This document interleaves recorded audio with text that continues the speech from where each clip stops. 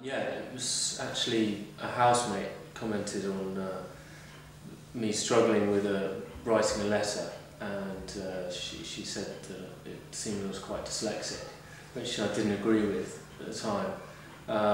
But then, having started back at college, I knew I was going to have to do a dissertation, and we were all encouraged if we had any problems in the past to be assessed, which I decided would be a good move.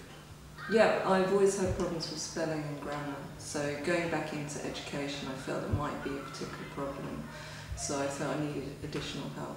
I was never really sure if I was dyslexic or not.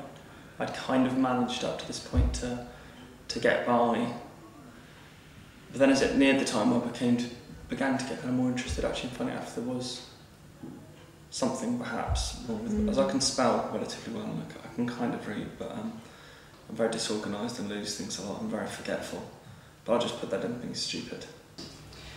Yes, I had, I've been aware of having kind of difficulties in various areas which I know now are a lot to do with dyslexia, but I've never kind of thought maybe I am dyslexic, and I thought maybe I'm dyslexic, but I never thought I was, and I've never thought of, I wasn't aware of any kind of training or support or means to find out until I started working at the Royal College, and I was aware of how much support there was there, and so I went to get some,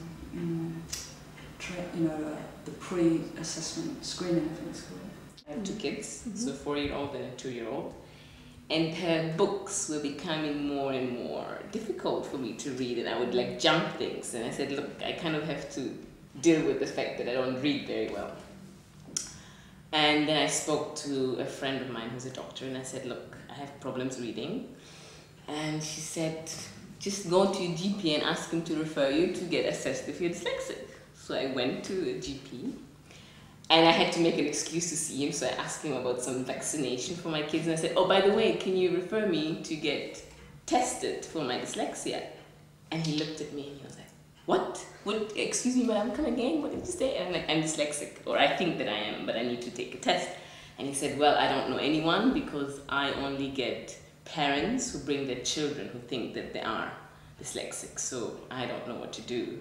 And give me some time and I'll do my research and I'll come back to you. So 2 weeks later, he came back to me and gave me the number of Sylvia Moody to go and call and get tested.